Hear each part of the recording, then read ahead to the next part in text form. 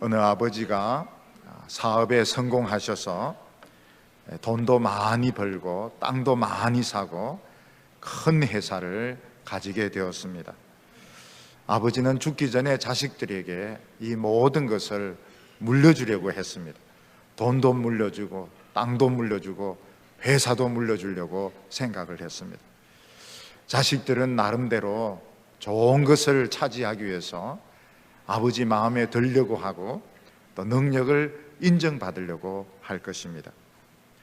구약 이스라엘에 아주 위대한 축복이 상속되는 집이 하나 있었습니다. 그 집은 땅이나 회사나 재산을 물려주는 집이 아니라 하나님의 축복을 물려주는 집이었습니다. 다른 사람을 축복하면 그 축복이 이루어지고, 다른 사람을 저주하면 저주가 이루어지고, 기도가 응답되는 하나님의 축복이 상속되는 집이 있었습니다. 그 집이 바로 아브라함의 집이었습니다.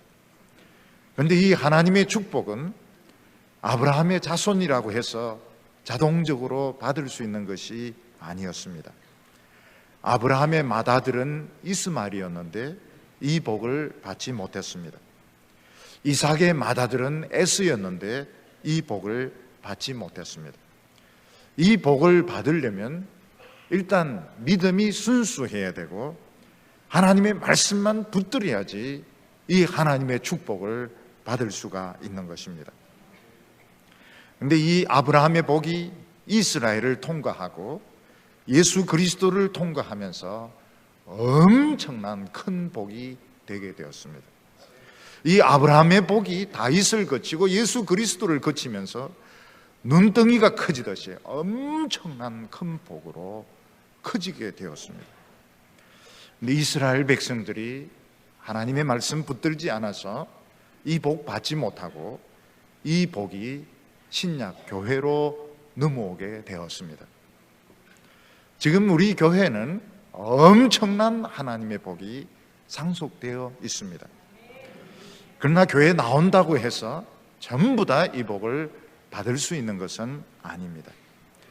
오직 순수한 믿음으로 하나님의 말씀을 붙드는 자만이 하나님의 축복을 받을 수 있는 것입니다. 아마 우리 성도님들 중에서는 부모님의 유산을 물려받은 분도 계시지만 물려받지 못한 분이 더 많으실 것입니다. 교인들 중에 어떤 분들은 아무것도 물려받지 못하고 아주 맨손으로 자수성가한 그런 분들도 계십니다. 저도 제 아버님으로부터 많은 것을 물려받지는 못했습니다.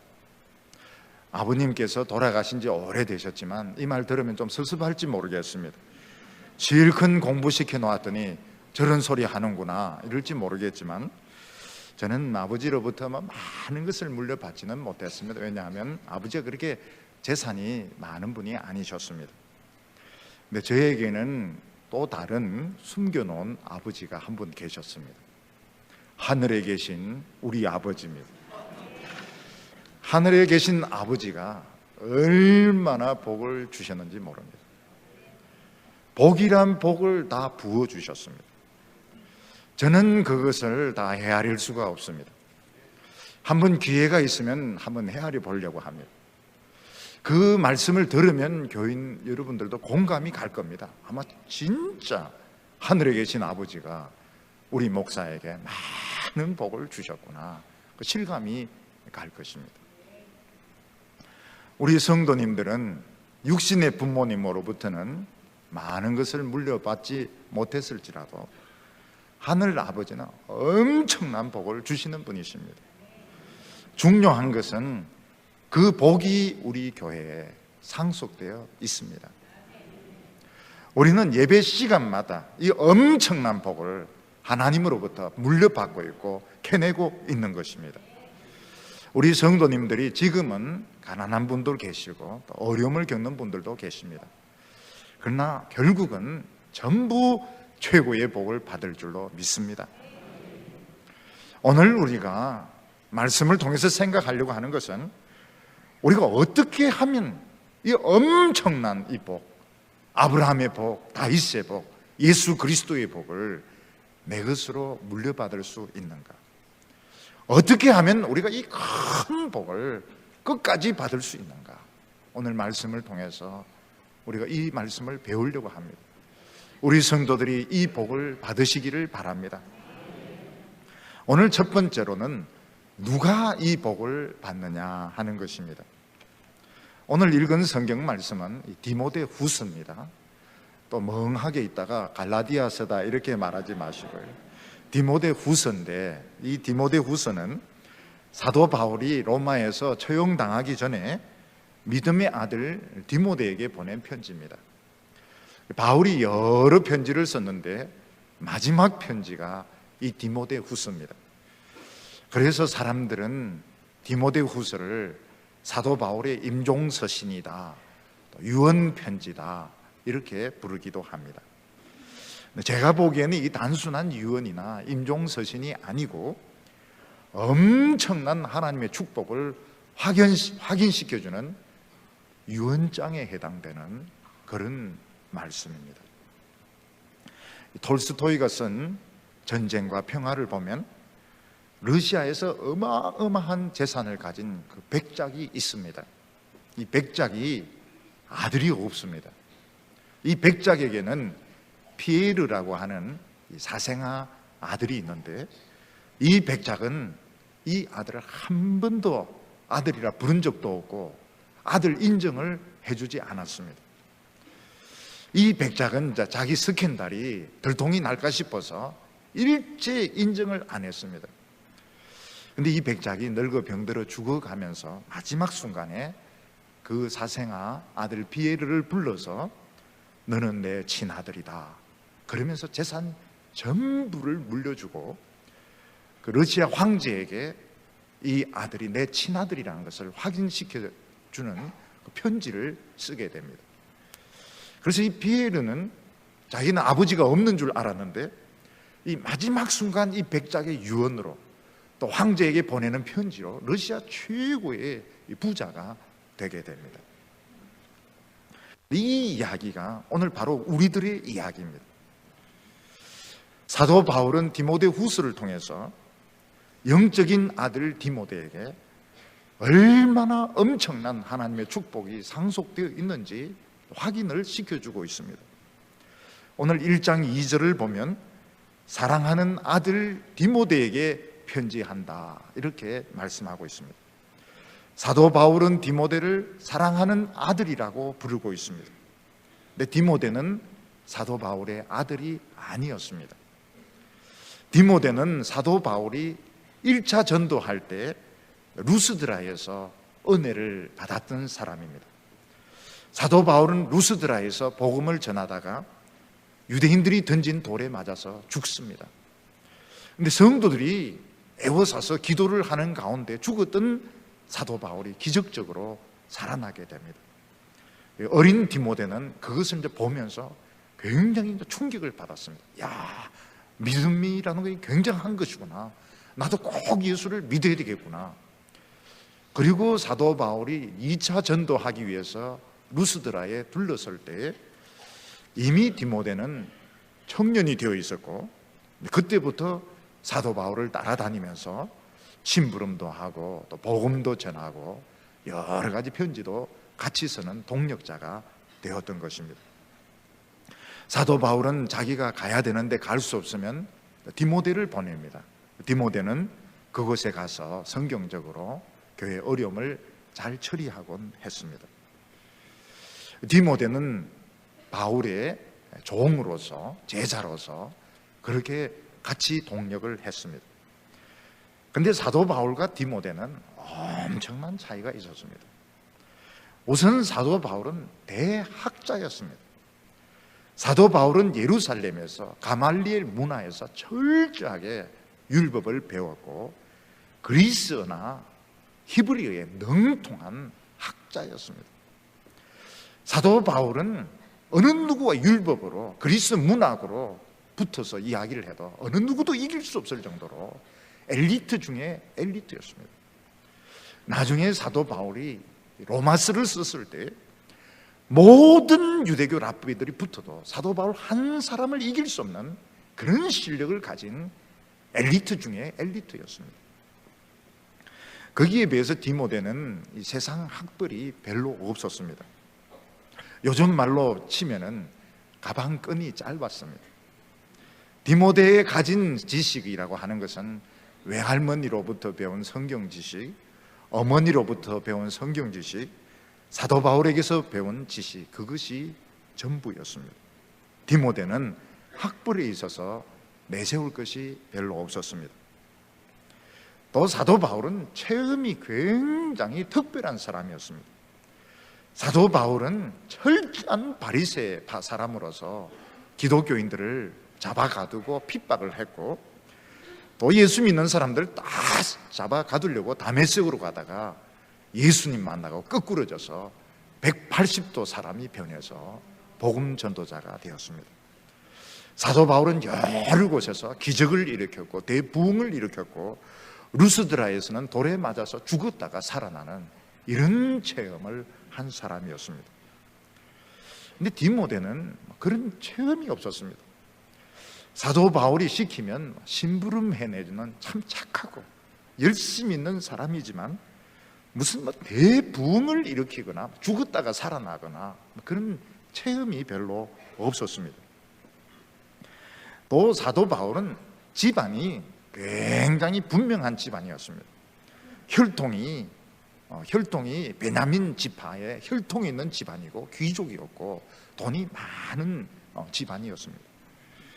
근데 디모데는 아버지는 그리스인이고 어머니는 히브리인 혼혈아였습니다. 그리고 부자도 아니었습니다. 거기다가 디모데는 마음이 약했습니다. 그래서 어려운 일이 생기면 울기도 하고 낙심하기도 하고, 거기에다가 건강도 좋지 못했습니다. 늘 위장병을 가지고 있는, 몸도 좋지 못한 사람이죠. 디모데는 사실 내놓을 것이 없었습니다. 학벌이 있는 것도 아니고 집안이 좋은 것도 아니고 돈이 있는 것도 아니고 마음도 약하고 몸도 약하고 아무것도 없는 사람이었습니다. 바울이 디모데에게 이 편지를 쓸 때에 복음을 전하던 위대한 종들은 하나씩 줄씩 다 죽어갔습니다. 이제는 사도 시대가 끝나려 하고 있고 사도 바울도 이제 임종을 앞두고 있습니다. 그 당시 로마는 악명 높은 네로가 황제가 되어서 반기독교적인 색채를 드러내고 있었고, 앞으로 기독교인들에 대한 핍박은 점점 심해지려고 하고 있었습니다. 사람들은 권력을 붙들고 지식을 붙들고 인기를 붙들고 집안을 붙들었습니다. 그리고 하나님의 말씀만 붙들고 있는 디모데 같은 사람은 아무도 알아주는 사람이 없었습니다. 디모데는 학벌도 없고 집안도 시원찮고 몸도 약하고 마음도 약하고 내세울 것이 아무것도 없었습니다. 디모데는 너무나도 기가 죽어서 나는 도대체 이제 어떻게 살아야 되는가? 도대체 나는 어떻게 이 일을 감당을 해야 되는가? 아주 낙심을 하고 있었습니다. 그때 사도 바울은 디모데에게 이 디모데후서를 써서 너에게 얼마나 엄청난 유산이 상속되어 있는지, 너가 얼마나 부자인지, 너가 얼마나 대단한 사람인지 깨달으라고 이 편지를 보낸 것입니다. 디모데에게는 위대한 두 가지 재산이 있었습니다. 이 두 가지 재산을 가지면 다 가진 것입니다. 사도 바울은 그것을 이 디모데후서에서 확인시켜 주고 있습니다. 그 첫 번째가 무엇인가 하면 위대한 하나님의 말씀이었습니다. 1절 말씀 보면 하나님의 뜻으로 말미암아 그리스도 예수 안에 있는 생명의 약속대로 그리스도 예수의 사도된 바울은, 이렇게 말하고 있습니다. 사도 바울은 하나님께서 우리에게 주신 것은 다른 것이 아니고 생명의 약속이라고 말하고 있습니다. 이 생명의 약속이라고 하는 것은 어떤 병에 걸렸든지 어떤 어려움에 처해든지 이대로 하면 틀림없이 치료되고 살고 복받는 것을 생명의 약속이라고 말하는 것입니다. 예를 들어서 전염병이 퍼져서 많은 사람들이 죽어가고 있는데 약이 없습니다. 그런데 그 약을 만들 수 있는 비법을 한 사람이 알고 있습니다. 그러면 그 비법은 생명의 약속인 것입니다. 그 사람은 돈을 떠나서, 학벌을 떠나서, 인기를 떠나서 그 약을 만들어야 됩니다. 그리고 자기가 죽게 되면 제자에게 이걸 물려줘야 됩니다. 이건 돈을 떠나서, 인기를 떠나서, 명예를 떠나서 사람을 살리는 문제, 죽고 사는 문제이기 때문에 반드시 살려야 되는 것입니다. 사도 바울은 디모데에게 우리에게 있는 것이 무엇인지 생각해 보라고 말하고 있습니다. 이 세상 사람들은 돈이 있고 권력이 있고 집안이 있기 때문에 큰 소리 치면서 살 수 있습니다. 그러나 모든 인간들은 이 죄의 병에 걸려서 다 죽어가고 있습니다. 정신적으로 침체되어 있고 도덕적으로 타락해 있습니다. 온 세상은 썩어가고 있습니다. 하나님께서는 이 병을 치료할 수 있는, 죄를 치료할 수 있는 유일한 것을 복음에 넣으셔서 사도 바울에게 맡겨주셨고, 사도 바울은 디모데에게 이것을 맡겨주었습니다. 사도 바울은 하나님께서 말씀을 주셔서 죽으라고 말씀을 붙들었고 말씀을 연구해서 이 어마어마한 보물을 캐내었습니다. 이 복음이라고는 엄청난 보물을 캐내어서 체계화시켜 놓았습니다. 이것을 디모데에게 맡겨주었습니다. 디모데가 이 말씀을 팽개친다고 해서 복음이 없어지는 것은 아닙니다. 그런데 사도 바울은 지금 이게 우리에게 와 있다는 것입니다. 생명의 약속이 너와 나에게 지금 와 있다. 사도 바울은 이 하나님 말씀을 붙들고 진리를 캐내어서 이걸 엄청난 복음으로 만들어 놓았습니다. 세상 사람들은 이런 가치를 모르기 때문에 복음을 우습게 합니다. 가치를 인정해 주지 않습니다. 또 사도 바울에게 충성했던 많은 사람들도 이제는 등을 돌리고 떠납니다. 근데 사도 바울이 디모데에게 뭐라고 말해요? 생명의 약속, 생명을 살리는 비법, 이 엄청난 약이 우리에게 있는데 남이 알아주든지 안 알아주든지, 인기가 있든지 없든지 우리가 이 가치를 붙들어야 되는 거 아니냐. 우리가 어떻게 세상 사람들과 똑같이 병들어 죽는 사람, 지옥 가는 사람 입장에서 생각하려고 하느냐. 하나님이 우리에게 맡겨준 이 엄청난 이 생명의 약속, 이 비법, 이 축복, 우리 이것을 자랑하고 붙들어야 되는 거 아니냐, 그렇게 말하고 있습니다. 하나님께서 우리에게 말씀을 주신 것은 천국의 축복의 열쇠를 준 것입니다. 이것은 생명의 약속이고 축복의 약속이고 부흥의 약속입니다. 하나님의 말씀을 설교하고 들으면 영혼이 살게 되어 있습니다. 부흥이 일어나게 되어 있습니다. 어려움이 해결되게 되어 있습니다. 기도가 응답되게 되어 있습니다. 전쟁이나 지진이 물러가게 되어 있습니다. 이 복음은 하나님의 아들이 죽으면서 완성시켜 준 것이고, 하나님께서 우리 예수 믿는 사람들에게만 맡겨주신 생명의 약속입니다. 이것을 믿으면 죄사함을 받고, 이것을 믿으면 사람이 자기 자신의 가치를 되찾고, 이것을 믿으면 영생을 얻는 것입니다. 요즘 유명한 병원에는 병을 고치려면 그 의사, 유명한 의사를 치료를 받으려면 6개월씩, 1년씩 기다려야 됩니다. 그 의사 한 사람의 치료를 받기 위해서 환자들이 막 수백 명씩 기다리고 있고, 그 밑에서 배우려고 레지던트들 많이 대기하고 있습니다. 하나님께서 우리에게 맡기신 것은 일부를 고치는 게 갑상선이라든지 위라든지 간이 일부가 아닙니다. 인생 전체를 고치고 하나님의 축복을 받게 하는 바로 이 비법, 이 지식, 이 능력을 맡겨주신 것입니다. 이거를 어떻게 세상에 돈하고 명예하고 비교할 수 있느냐는 것입니다. 우리는 이거 무슨 일이 있어도 이 축복을 붙들어야 되고 이걸 살려내야 되는 겁니다. 사도 바울은 우리에게 아브라함의 복, 우리에게 다윗의 복, 예수 그리스도의 복, 엄청난 복이 우리에게 상속되어 있다고 말하고 있습니다. 이걸 어떻게 세상 것과 비교할 수 있습니까? 두 번째는 이걸 어떻게 하면 내 것으로 가질 수 있느냐 하는 것입니다. 집안에서 제일 기둥이 되는 분이 병이 드시거나 돌아가시면 식구들이 굉장히 침체가 됩니다. 앞으로 어떻게 이 세상을 살아갈 것인가. 디모데는 사도 바울을 자기 정신적인 아버지로 생각하고 따라왔는데 이제 사도 바울이 죽을 것이 확실시 되고 있습니다. 그래서 너무나도 낙심이 되어서 울고 있습니다. 4절 말씀 보면 내 눈물을 생각하여 너 보기를 원하면 내 기쁨이 가득하게 하려 함이니. 지금 디모데는 지금 울고 있습니다. 왜 울고 있습니까? 지금까지 사도 바울만 붙들고 지금까지 왔는데 이제 사도 바울 죽으면 복음의 시대도 끝나고 이제 교회도 끝나고 자기도 끝나고 별 볼 일 없다고 생각해서 울고 있는 것입니다. 참 이것이 우리 예수 믿는 사람들의 어려운 점입니다. 복음이 선포되고 사람들이 은혜 받을 때는 이 세상에 그보다 더 영광스러운 것이 없습니다. 말씀이 최고로 영광스럽습니다. 근데 그것이 끝나고 이제 집에 들어와서 자기 자신을 보면 어떻습니까? 아무것도 없습니다. 돈도 없고 집도 없고 아무것도 없습니다. 그러면 사람들이 침체가 되는 것입니다. 우리 예수 믿는 사람들은 천국과 지옥을 왔다 갔다 하는 사람과 같습니다.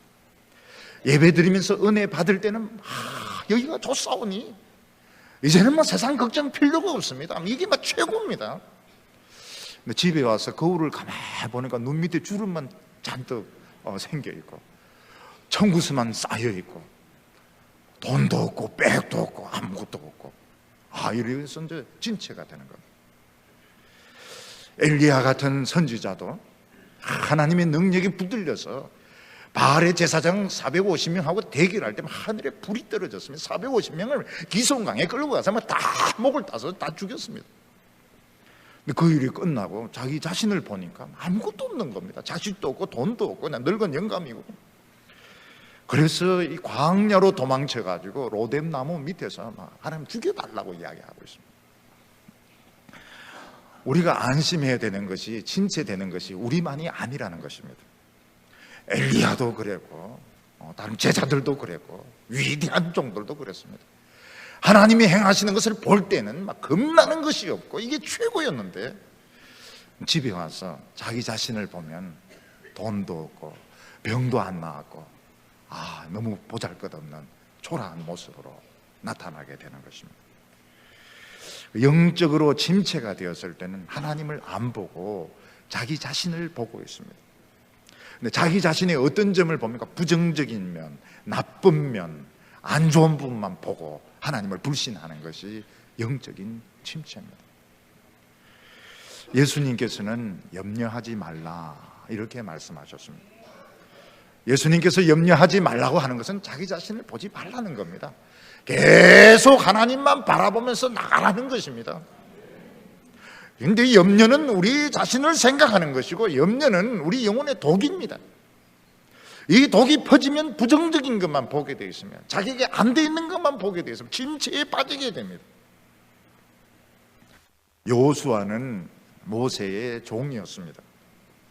근데 여호수아와 모세는 비유가 되지 않습니다. 모세에게는 능력의 지팡이가 있었습니다. 모세가 시내산에 올라가서 율법의 말씀을 받았을 때 얼굴에서 빛이 났습니다. 모세는 10가지 재앙으로 애굽을 초토화시켰습니다. 모세는 이 지팡이로 홍해를 갈랐습니다. 40년 동안 양식도 없고 물도 없는 광야에서 200만 명을 먹여 살린 능력의 종입니다. 근데 여호수아는 모세가 가진 능력 하나도 없었습니다. 지팡이도 없었고 얼굴에 빛도 안 났고 오히려 좀 거슬려서 좀 거무튀튀했을지도 모릅니다. 홍해를 갈란 적도 없고 아무런 그런 능력이 없었습니다. 근데 모세는 죽어버리고 모세도 하지 못했던 가나안 땅과 그 많은 백성들의 짐을 여호수아가 몽땅 물려받았습니다. 그때 하나님께서 여호수아에게 뭐라고 말씀하시나? 강하고 담대하라 이렇게 말했습니다. 왜 강하고 담대해야 됩니까? 모세가 죽었다고 해서 하나님이 돌아가신 게 아니기 때문입니다.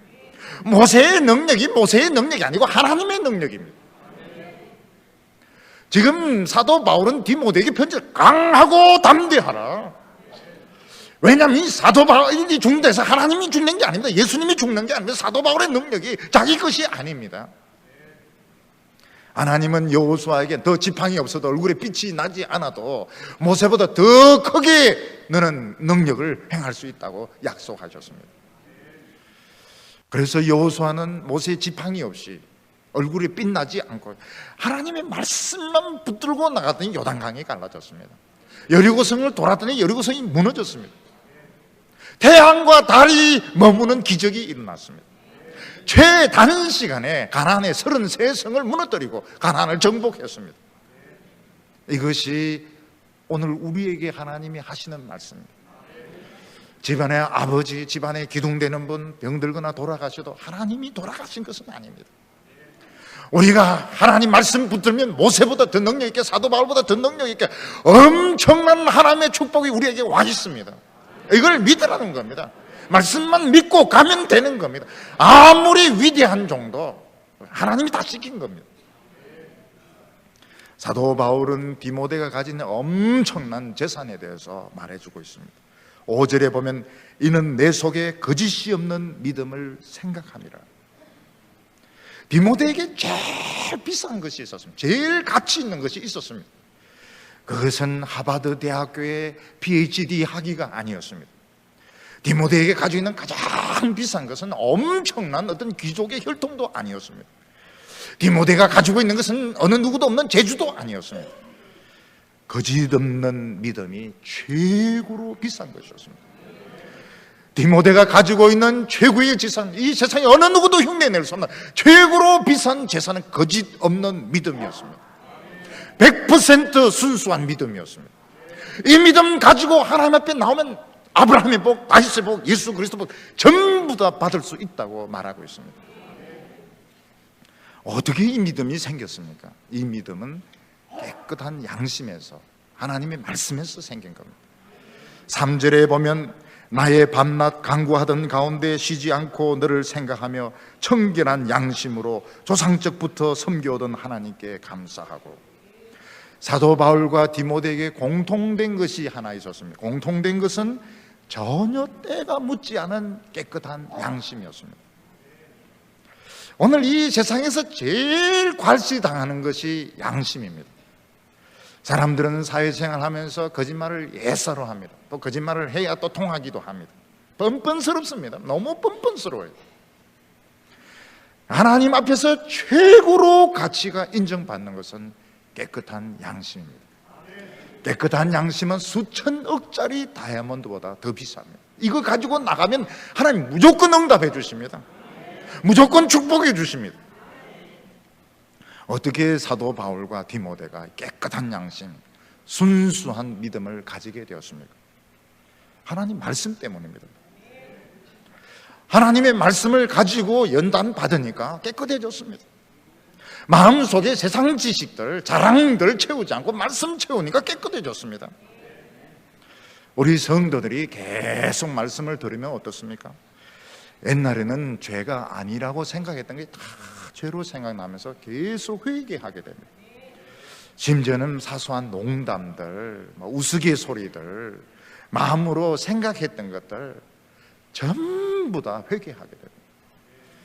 그리고 그 속을 하나님의 말씀으로 채우니까 깨끗한 양심, 순수한 믿음이 생기게 되는 것입니다.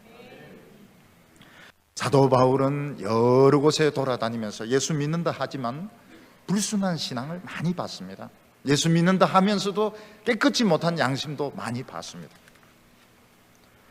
그런데 이 불순한 신앙, 불순물이 실린 것은 가치가 많이 떨어졌습니다. 불순한 신앙은 가짜 약과 같습니다. 가짜 약은 아무리 먹어도 주사 맞아도 안 낫습니다. 약 효과가 떨어져요. 요즘은 이 천년두 마마에 걸린 분들이 이제 거의 없습니다. 옛날에는 보면 이 마마에 걸려서 얼굴이 얼건 분들, 곰보라 그러죠. 그런 분들이 이제 옛날에는 계셨습니다. 제 형님 중에서 이 마마에 걸려서 얼굴이 조금 얼건 분이 계세요. 제가 어렸을 때 어머니한테 물었습니다. 왜 이 병이 걸렸느냐 이렇게 물어보니까 6.25 전쟁 때 아닙니까? 6.25 전쟁 때 주사를 맞았는데 가짜가 많았다는 겁니다. 주사를 맞았는데도 이게 생겨서 이게 얼굴에 흔적이 남았다. 애기들 많이 죽었다는 거예요. 그래서 이제 제가 그 뒤에 이제 관심을 가지고 얼굴에 이렇게 마마 표시가 있는 물어봅니다. 몇 년생이냐 물어보면 되게 제 형님하고 같아요. 범띠입니다. 되게 비슷해. 6.25 전쟁 나고 가짜 약을 주사 맞았는데 애기들이 많이 죽었다 그래요. 동네 애기들이 이 마마 때문에 많이 죽었다 그래요. 오늘 기독교 중에서 이 불순한 기독교가 엄청난 인기를 끌고 있습니다. 막 사람들이 좋아 죽으려고 그래요. 깨끗한 양심 뭐 누가 찾습니까? 누가 뭐 교회에서도 뭐 버젓이 거짓말하고요. 뭐 전혀 뭐 뻔뻔스러운데요. 뭐 그러고도 너무 잘 통합니다. 너무 막 기쁜 행세하고 말이죠. 근데 하나님 앞에 가면 효과가 전혀 없어요. 전혀 부흥이 없습니다. 기도 응답이 없습니다. 역사가 나타나지 않습니다. 불순물이 섞였으니까 병이 안 나아요. 순수한 믿음의 특징은 말씀이 떨어지면 바로 부흥이 일어납니다. 예배 시간에 부흥이 일어납니다. 기도 응답이 나타납니다. 근데 순수하지 못한 신앙은 말씀 떨어지면 연기만 나요. 눈만 맵습니다. 눈만 맵고 코만 맵고 역사가 안 나타납니다. 이 디모데는 식구들이 다 그랬습니다. 너 외할머니도 그렇고 너 어머니도 그렇고 이 집 식구들이 그래요. 이 집 식구들은 다 순수한 신앙을 가진 사람들이었습니다. 그래서 하나님의 말씀 들으면 기도가 터져나오고 하나님 말씀 들으면 부흥이 일어나고 하나님 말씀 들으면 막 은혜 받아서 미치고 이 집 식구들이 다 그랬습니다. 하나님의 말씀 그리고 거짓 없는 신앙 이 두 개를 가지면 어느 곳에서도 기적이 일어나고 역사가 일어나고 부흥이 일어납니다. 어느 곳에 가도 어느 곳에 이민을 가도 어느 곳에 선교사를 가도 어느 곳에서 목회를 하도 어느 곳에 교회를 세워도 부흥이 일어나게 되어 있습니다. 디모데는 이 두 가지를 가진 사람입니다. 디모데는 학벌이 없습니다. 집안도 시원찮습니다. 몸도 약하고 마음도 약하고 그러나 너는 최고의 재산을 가지고 있다. 너는 이 약속, 생명의 약속을 가지고 있고 거짓 없는 믿음을 가지고 있다. 최고의 복을 가지고 있다고 말하고 있습니다. 하나님께서 구약 이스라엘 백성들에게 최고의 보물 두 가지를 주셨습니다. 하나는 두루마리 율법의 성경이고 다른 하나는 죄를 씻는 성전이었습니다. 근데 이스라엘 백성들은 이 가치를 알지 못해서 우습게 알았습니다. 이 세상에 막 군사력이 최고고 돈이 최고고 정치가 최고고 명예가 최고지 무슨 이 두루마리 이렇게 묵은 이 율법책 이거 성전 이게 무슨 소용이냐고. 그래서 세상을 따라갔습니다. 우상을 받아들였습니다. 하나님 말씀 무시했습니다. 망했습니다. 이스라엘 망했습니다. 그 축복의 나라가 망했습니다. 하나님께서는 우리에게 최고의 축복을 주셨습니다. 최고의 보물 하나님의 말씀 순수한 신앙 이 두 가지를 주셨습니다. 그러면 이 가치를 모르는 사람하고는 이야기가 되질 않습니다. 이야기할 가치가 없어요. 막 세상에서 시시한 것들 끌고 들어와가지고 막 그 이야기할 가치가 없습니다. 우리는 때때로 세상에 내어놓을 것이 없어서 스스로 초라하다고 생각할 때가 있습니다. 집안이 대단한 것도 아니고 학벌이 대단한 것도 아니고 또 내가 뭐 똑똑한 것도 아니고 그러나 진정한 가치는 따로 있습니다. 오염되지 않은 성경적인 신앙 하나님의 성경을 있는 그대로 붙들고 믿는 신앙 거기에 모든 것을 헌신하는 신앙 여기에 부흥이 일어나고 축복이 일어나고 기적이 일어나는 것 최고의 복입니다. 복 중의 복입니다. 12절에 보면 이를 인하여 내가 또 이 고난을 받되 부끄러워하지 아니함은 나의 의뢰한 자를 내가 알고 사도 바울이 뭐라고 이게 누가 우리에게 줬느냐는 겁니다. 이 복을 누가 우리에게 맡기는 이는 하나님이 맡기신 거죠. 하나님의 아들이 맡긴 것입니다. 많은 죽어가는 사람을 살릴 수 있는 유일한 치료책입니다. 이것을 우리가 부끄러워한다면 말도 되지도 않습니다. 오늘 교회가 말씀을 부끄러워합니다. 세상 것 못 받아들여서 난리를 치고 있습니다. 그게 부끄러운 것이죠. 자신의 가치를 모르는 것이죠. 그러니까 세상에서 짓밟히고 욕을 얻어먹는 것입니다. 이거는 비교할 수 없습니다. 남이 알아주든 안 알아주든, 인기가 있든 없든 이걸 떠나가지고 생명의 약속은 생명의 약속입니다. 보물은 보물입니다. 보물은 그 자체로 가치를 가지는 겁니다. 오늘 세 번째는 이 보물을 알면 고난을 받으라고 말하고 있습니다. 세상에서 진정으로 가치 있는 것을 가지려면 고생을 해야 됩니다. 보석을 캐는 사람은 몇십 년씩 산속에 들어가서 바위를 뚫고 들어갑니다. 석유를 캐내는 사람은 바다 위에서 또는 사막에서 가족들 만나지 못하고 문명사에 나가지 못하고 그냥 석유를 캐내는데 100번 뚫어서 한 번만 뚫어도 돈 버는 겁니다. 시추를 하는데 100번 뚫었는데 한 번만 딱 성공해도 다 갖고도 남습니다. 공부하는 사람들은 박사학위를 받으려고 외국에 가서 엄청난 스트레스 받아가면서 몇 년씩 고생해서 학위를 받아가지고 우리에게 이 복음의 능력을 주셨는데 이거 가지고 고생을 안 한다는 것은 말도 되지도 않는 것입니다. 오늘 우리 예수 믿는 사람의 특징이 너무 편하게 믿으려고 합니다. 너무 편하게 믿으려고, 고생 전혀 안 하려고 그러고, 세상 사람보다 손해를 하나도 안 보려고 합니다. 그러면 무슨 복음이 복음이고 무슨 교회가 교회입니까? 정말 가치 있는 것이 있으면 고난 받아야죠. 우리에게 중요한 것은 우리가 축복을 받으면 우리 마음 상태가 달라집니다. 7절에 보면 하나님께서 우리에게 주신 것은 두려워하는 마음이 아니요 오직 능력과 사랑과 근신하는 마음이니. 사람들이 어디로 가는지 모르고 계속 따라갈 때 불안합니다. 하나님의 말씀이 우리에게 밝혀지면 불안하지 않습니다. 오늘 하나님께서 우리에게 주신 마음은 불안해하는, 두려워하는 마음이 아니라고 했습니다. 우리는 지금 어디로 가고 있으면 내가 누군지 모르면서 그냥 살아가고 있는 것이 아닙니다. 하나님께서 우리에게 주신 건 능력과 사랑과 근신하는 마음이라고 했습니다. 능력이 무엇이면 모든 시험을 다 이길 수 있게 해주신다는 겁니다. 이길 수 있는 것입니다. 우리에게 어려움이 있습니다. 다 이깁니다. 하나님이 깨끗하게 마무리를 해주십니다. 사랑이 무엇이면 여유를 가지고 다른 사람을 축복해 주는 것이 사랑입니다. 근신하는 것이 뭡니까? 한 가지 목표를 가지고 끝까지 갈 수 있는 것이 근신입니다. 산에서 이쪽 길로 가고 저쪽 길로 가고 왔다 갔다 하는 사람은 길을 잃은 사람입니다. 길을 아는 사람은 왔다 갔다 하지 않습니다. 그냥 한 길로 쭉 나가면 거기서 나와서 이제 자기 집으로 가는 거예요. 오늘 사람들은 많은 돈을 가지고 있습니다. 많은 명예를 가지고 있습니다. 중요한 것이 무엇입니까? 길을 모르고 있는 겁니다. 오늘 현대인의 특징은 불안합니다. 두려워합니다. 그 이유는 내가 누군지, 내가 어디로 가는지 모르고 그냥 막 무턱대고 살아가고 있는 것입니다. 돈 있는 사람과 없는 사람은 상대적인 차이밖에 없습니다. 똑같습니다. 마음은 똑같이 불안합니다. 공부한 사람과 안 한 사람도 마찬가지입니다. 똑같이 불안합니다. 우리 예수 믿는 사람은 두려워하는 마음이 아니요, 두려워하지 마시기를 바랍니다. 고3 수험생 자녀를 두신 부모님 불안해하지 마시기를 바랍니다. 그냥 근신하면 되는 겁니다. 끝까지 가서 시험 치면 되는 거예요. 시험 치면 그 봤던 문제 나옵니다. 안 봤던 문제 나오면 틀리면 되는 것이고, 아는 문제 나오면 맞으면 되는 것이고, 그거 다 맞을 필요가 없습니다. 교수도 다 못 맞아요. 아는 것만 맞으면 충분합니다. 저는 수험생들 기도해 줄 때 그런다. 아는 것만 맞으라 그럽니다.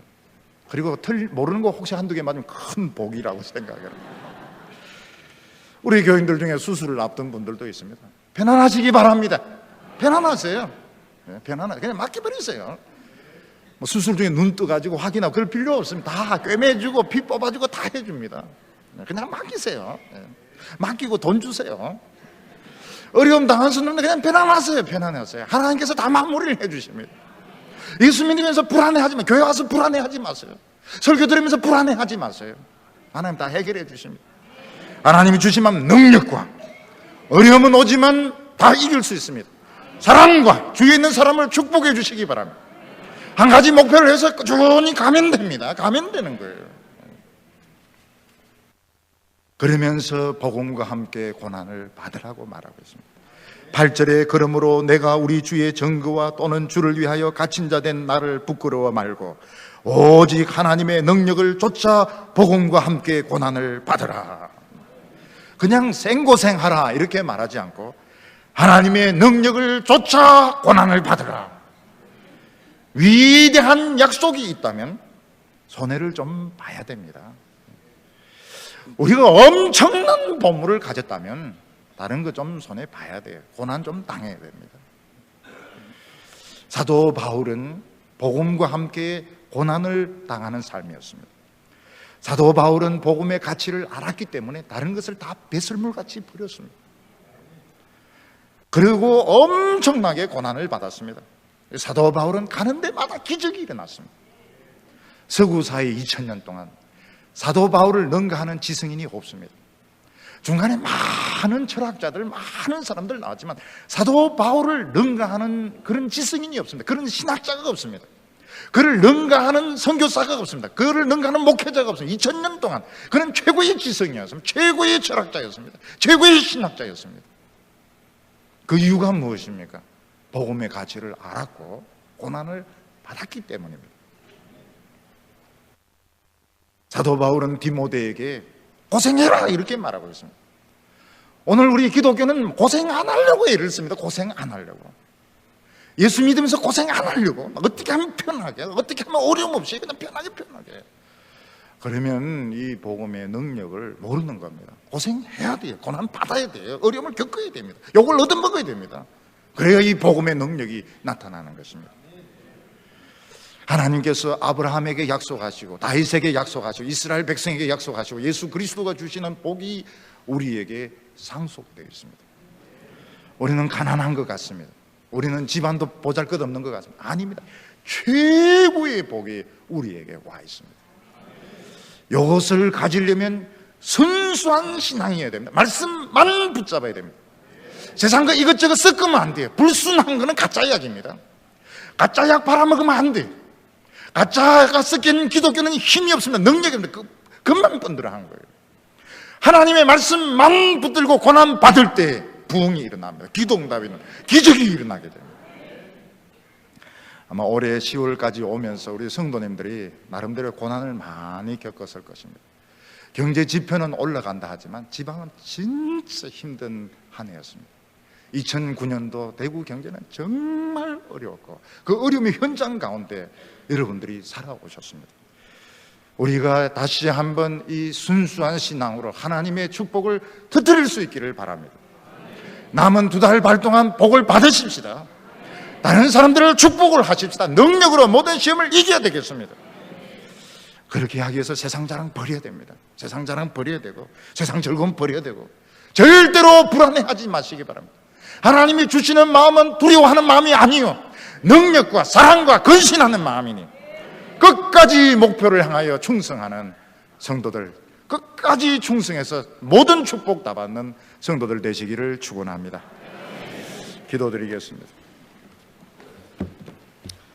거룩하신 하나님 아버지, 오늘 우리에게 위대한 복을 상속받게 하여 주셔서 감사합니다. 이 복이 우리의 것이 되게 하여 주시옵소서. 우리가 그동안 하나님을 바라보지 못하고 내 자신을 바라보고 침체되었던 것 다 회개하게 하여 주시옵소서. 이 예배 가운데 성령이 임하게 하시고 능력이 임하게 하시고 축복이 임하게 하여 주시고 모든 두려움들 다 버리게 하여 주시옵소서. 올해 한 해 동안 힘들었던 거 2달 반 동안 하나님 회복시켜 주시기를 원합니다. 부어주시기를 원합니다. 가정과 직장에 하나님의 능력이 나타나게 하여 주시옵소서. 예수님의 이름으로 기도하옵나이다.